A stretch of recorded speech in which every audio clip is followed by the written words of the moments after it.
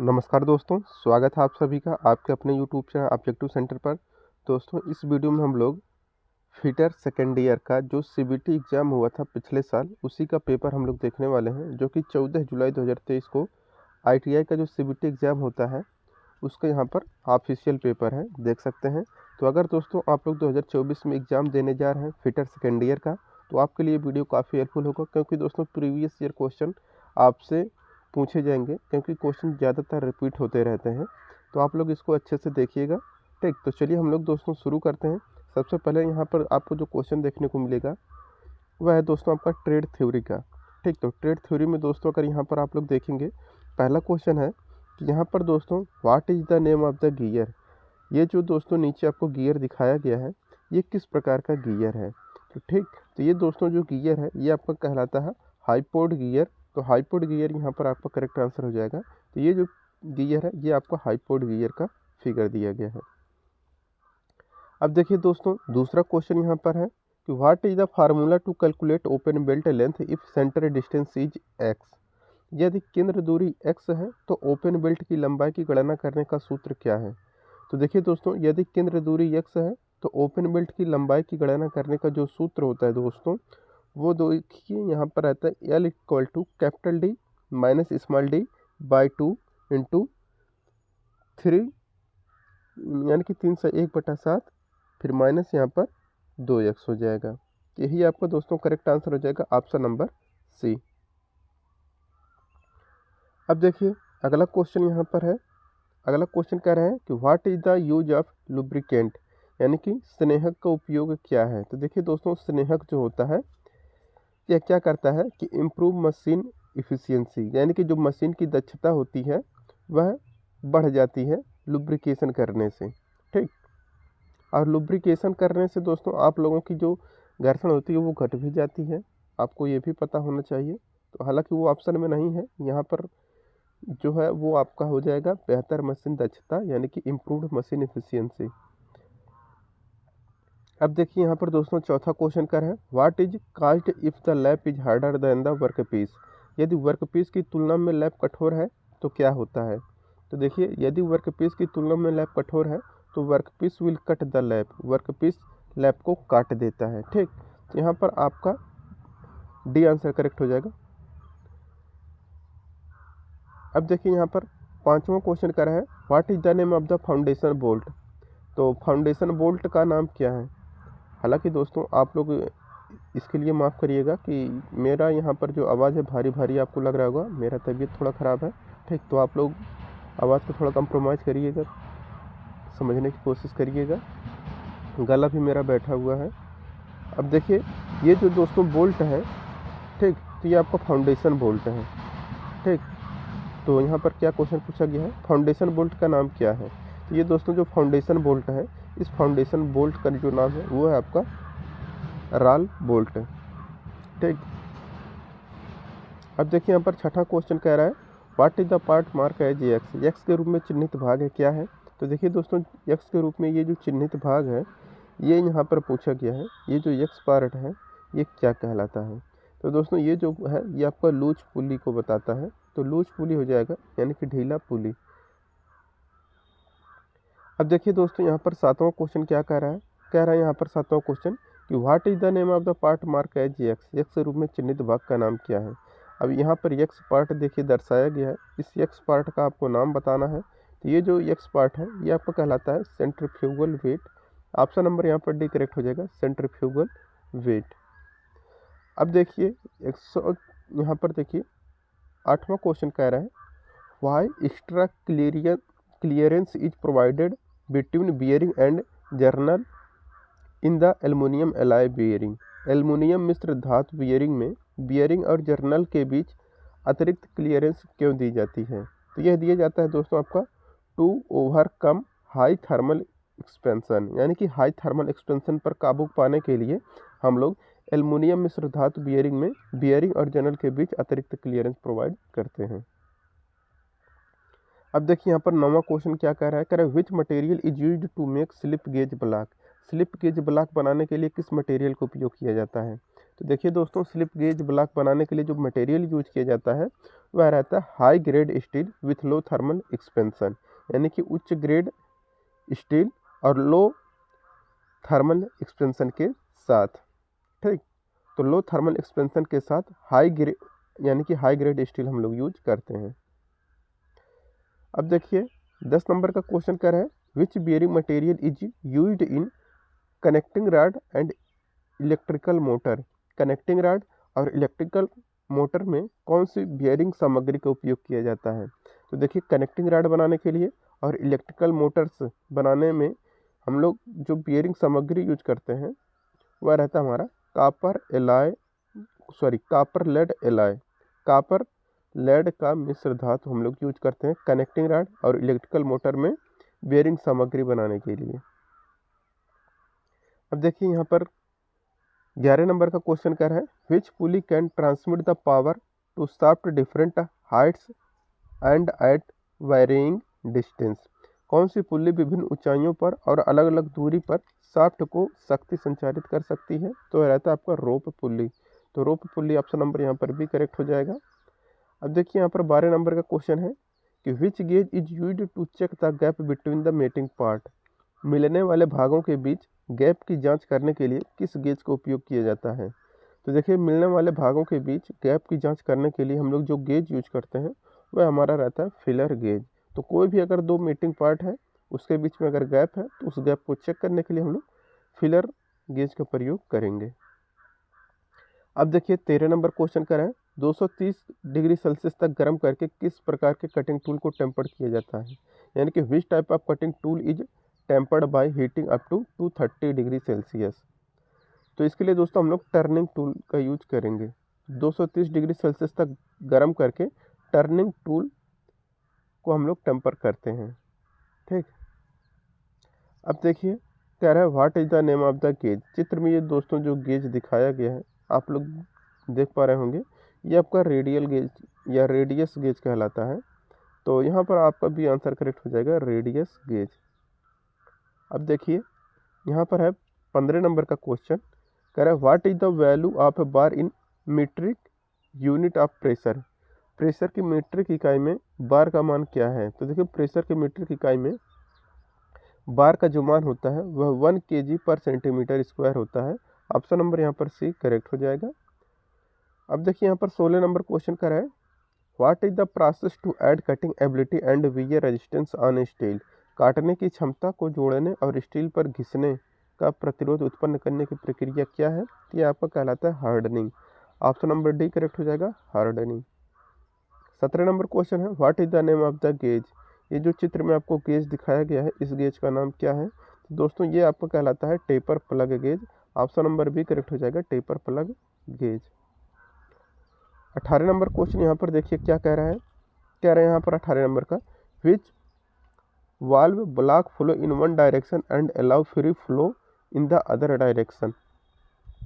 एक दिशा में प्रवाह को ब्लॉक करना और दूसरी दिशा में द्रव को बहने की अनुमति देने के लिए किस वाल्व का उपयोग किया जाता है। तो देखिए अगर आपको एक ही दिशा में करना है, दूसरी दिशा में द्रव के प्रवाह को अनुमति नहीं देना है, ठीक, तो वो है दोस्तों आपका नॉन रिटर्न वाल्व हो जाएगा, जो आपको एक ही दिशा में केवल प्रवाह देगा, दोनों दिशाओं में प्रवाह नहीं देगा।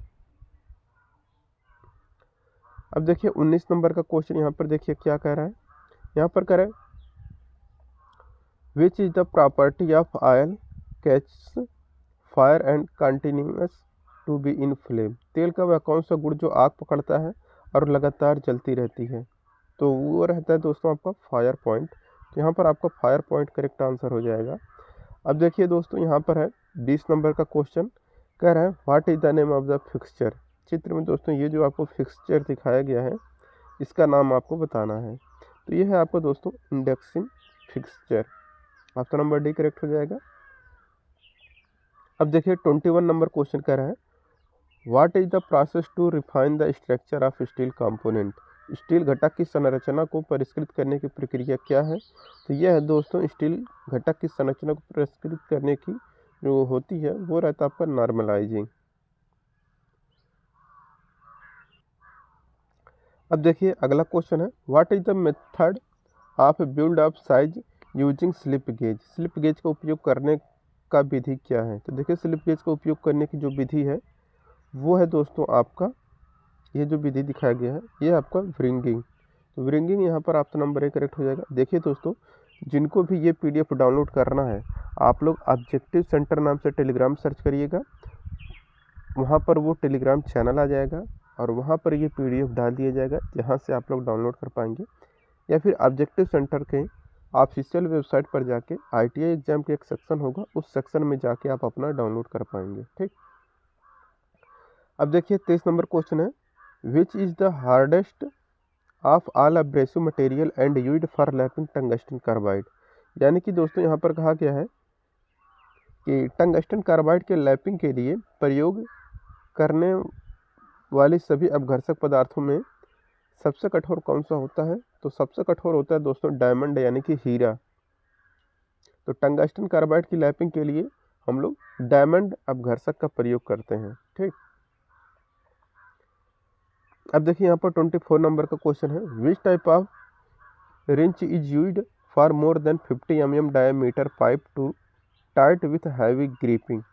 किस प्रकार के रिंच का उपयोग 50 mm से अधिक व्यास के मीटर पाइप के लिए मजबूत पकड़ के साथ कसने के लिए किया जाता है। तो रहता है आपका चैन पाइप रिंच।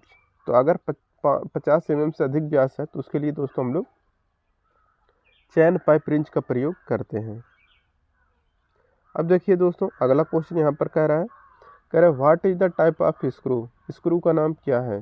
तो दोस्तों चित्र में देखिएगा, यहाँ पर ये जो स्क्रू दिखाया गया है ये स्क्रू आपका कहलाता है hexagon socket head cap screw. अब देखिए 26 नंबर यहाँ पर क्वेश्चन करें, what is the ratio of कीवे taper. कीवे taper का अनुपात क्या है। तो देखिए कीवे टेपर का अनुपात जो है वह 1:100 होता है। 27 नंबर क्वेश्चन है, what is the name of tooth type lock washer. Tooth type lock washer का नाम क्या है। तो ये जो है दोस्तों ये आपका कहलाता है एक्सटर्नल टाइप, बाहरी प्रकार। 28 नंबर क्वेश्चन है, what is the part mark as x. X के रूप में चिन्हित भाग का नाम क्या है। यहाँ पर दोस्तों ये जो एक्स पार्ट दिखाया गया है ये आपका एडजस्टिंग नट कहलाता है। ऑप्शन नंबर यहाँ पर डी करेक्ट हो जाएगा, एडजस्टिंग नट। अब दोस्तों यहाँ पर देखिए 29 नंबर का क्वेश्चन है, कह रहे what is the name of the gear. ये जो गियर आपको दिखाया गया है ये गियर कौन सा गियर है। ये दोस्तों आपका माइटर गियर। ठीक, तो माइटर गियर हो जाएगा यहाँ पर आपका करेक्ट आंसर। तो ये हो गया 1:1 का रेशियो रहता है माइटर गियर में। अब देखिए name of the type of belt fastener. Belt fastener का नाम बताइए। तो ये जो बेल्ट फास्टनर है दोस्तों ये कौन सा है। ये आपका कहलाता है क्रिसेंट प्लेट बेल्ट फास्टनर। तो क्रिसेंट प्लेट बेल्ट फास्टनर आपका करेक्ट आंसर हो जाएगा। अब देखिए यहाँ पर 31 नंबर का क्वेश्चन कर रहा है कि लंबे समय तक जंग न लगने देना और उच्च पॉलिश को बनाए रखने के लिए धातु की सतह की इलेक्ट्रोप्लेटिंग में किस धातु का उपयोग किया जाता है। यानी कि which metal is used in electroplating to the material metal surface to resist corrosion for long period and the retain high polish. तो इसके लिए दोस्तों हम लोग यूज करते हैं क्रोमियम का। क्रोमियम क्या करता है दोस्तों, यह जंग नहीं लगने देता है, इसलिए जहाँ पर आपको ज़रूरत है कि जंग ना लगे वहाँ पर हम लोग उस मटेरियल में क्रोमियम मिला देते हैं, जिससे जंग लगना कम हो जाता है। अब देखिए यहाँ पर 32 नंबर क्वेश्चन है, which type of valve connection are opened or closed by mean of pull side. तो इस पुल साइड के माध्यम से इस प्रकार के वाल्व कनेक्शन को खोला या बंद किया जाता है। तो वो रहता है दोस्तों आपका butterfly valve. Option number D यहाँ पर करेक्ट हो जाएगा। 33 नंबर क्वेश्चन है, what is the angle of deviations provided on elbow and bends in pipe work. Pipe के कार्यों एवं एल्बो और बेंड पर विचलन का कोण कितना होता है। तो ये 90 डिग्री और 45 डिग्री होता है। अब देखिए 34 नंबर क्वेश्चन कर रहा है, what is the unit of pressure in SI unit. SI इकाई में प्रेशर की इकाई क्या होती है। तो देखिए एसआई इकाई में प्रेशर की इकाई होती है पास्कल। अब देखिए यहाँ पर 35 नंबर का क्वेश्चन कह रहा है, what is the operation perform before geometrical test on machine. Machine पर ज्यामितीय परीक्षणों से पहले किए जाने वाले ऑपरेशन का नाम क्या है, तो वह आपका दोस्तों लेवलिंग किया जाता है। अब देखिए 27 नंबर का क्वेश्चन कह रहा है what type of screw are used in the place where frequent removal and assembling. यानी कि उच्च स्थानों में किस प्रकार के स्क्रूज का उपयोग किया जाता है जहां लगातार हटाने और असेंबलिंग करना होता है, तो वहां पर हम लोग स्क्वायर हेड स्क्रू का प्रयोग करते हैं। ठीक। 37 नंबर क्वेश्चन है which type of filter helps to protect the pump from fluid contaminations. किस प्रकार के फिल्टर से पंप को तरल पदार्थों के दूषित होने से बचाने में मदद मिलती है, तो रहता है आपका सक्शन फिल्टर। तो देखिए दोस्तों, आप लोगों को मैं बता दूं कि फिटर का सेकेंड ईयर का मैंने एक मैराथन वीडियो बनाया हुआ है। अगर आप उसको देख लेते हैं तो आपका पूरा का पूरा क्वेश्चन उसी में से फंस जाएगा, एक भी क्वेश्चन बाहर नहीं जाएगा।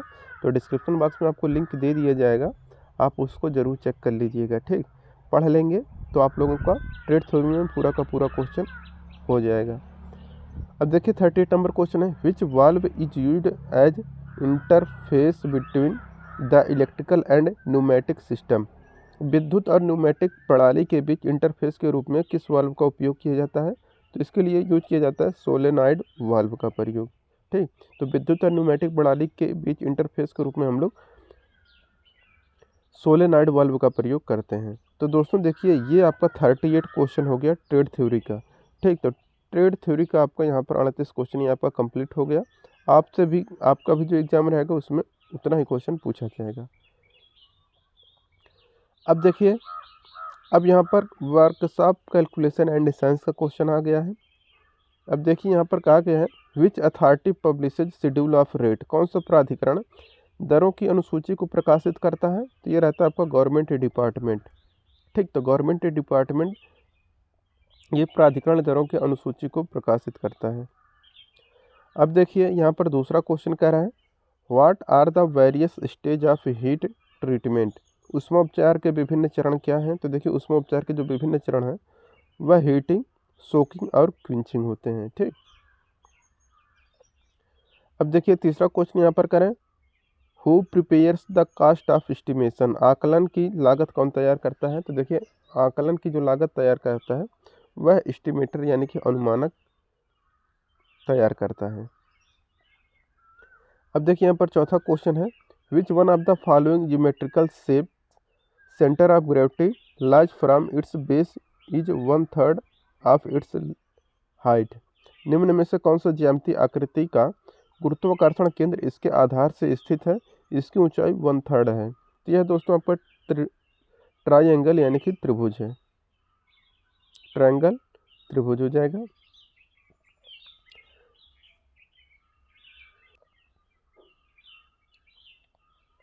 अब यहाँ पर पांचवा क्वेश्चन कर रहे हैं what is the other term of pocket reference in engineering work. Engineering कार्यों में पॉकेट रेफरेंस का दूसरा शब्द क्या है, तो यह है दोस्तों आपका हैंडबुक यानी कि पुस्तिका। छठा क्वेश्चन है what is the formula for area of circle. वृत्त के क्षेत्रफल के लिए सूत्र क्या है, तो देखिए वृत्त का जो क्षेत्रफल होता है ये जो है इसके लिए दोस्तों होगा आपका वृत्त का क्षेत्रफल पाई आर स्क्वायर बटे 2। ठीक, सॉरी यहाँ पर देखिए ये है ना, यहाँ पर इसका व्यास दिया है d और यहाँ पर r दिया है। तो देखिए किस फॉर्म में है, यहाँ पर पाई आर स्क्वायर बटे 2 यहाँ पर नहीं होगा, पाई d बाई 2 ये भी नहीं होगा, पाई आर स्क्वायर दिया है। ठीक, तो पाई आर स्क्वायर दिया है तो ये आपका करेक्ट हो जाएगा कि वृत्त का क्षेत्रफल पाई आर स्क्वायर होता है। अगर ये दोस्तों डायमीटर के फॉर्म में पूछता तो ये हो जाता आपका पाई d स्क्वायर अपॉन 4 हो जाता। ठीक, तो ये आपका करेक्ट आंसर हो जाएगा अगर आपका व्यास के फॉर्म में पूछेगा तब, और रेडियस के बारे में अगर पूछेगा तो पाई आर स्क्वायर हो जाएगा वृत्त का क्षेत्रफल। तो ये दोस्तों 6 क्वेश्चन आपका कंप्लीट हो गया। अब इंजीनियरिंग ड्राइंग का दोस्तों आपको 6 क्वेश्चन देखने को मिलेगा। ठीक, जिसमें से ये पहला क्वेश्चन देखिए यहाँ पर क्या कह रहा है, तो पहला क्वेश्चन यहाँ पर कह रहा है the thread angle of metric thread is, metric थ्रेडों का थ्रेड एंगल कितना होता है? तो मीट्रिक की बात करेगा तो ये आपका 60 डिग्री होता है।